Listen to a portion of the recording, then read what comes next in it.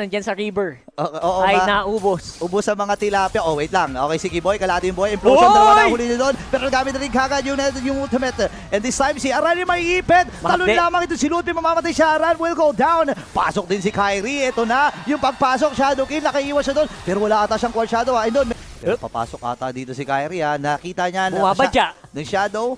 Okay, nagamit yung Avatar to Guardian. Nahuli din si Ludwig. Nice engage. Ang ganda ng mga knockouts mula kay Lutfi. Nagamit na rin kagad yung Revitalize. Nag-uubos lang sila dito masin. Shadow kill. Naku po. Umabot doon sa mga minions. Pasok si Sabero. Delikado ata yung kanyang posisyon dito. With the kill.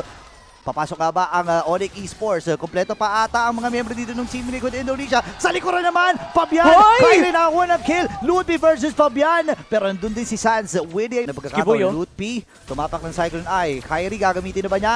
Yung kanyang Shadow Kill nagamit na. Naku, nanakap si Giboy. May implosion pa rin pero red. Kyrie pa Red rin! mula kay Kyrie ang magtatagumpay. Nakakuha sila ng kill doon. Nagamit na rin kagad yung Revitals mula kay Winnie. Yung si Kill mamamatay. Pero mabilis na mabubuhay yan. Pero andun yung mga knowledge mula kay Aaron Shiki.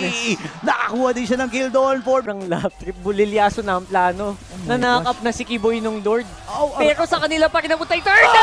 Ay! Shadow kill mula kay Kyrie! Nakadalawa siya doon. Kompleto yung mga minions sa gitna. Dalawa yung katapot na kasama niya. Si Aaron Shiki nila kalatitira mag-isa. Fabian mabubuhay in a few. Pero ngayon, delikado na ata ang sitwasyon ng Team Liquid ID. At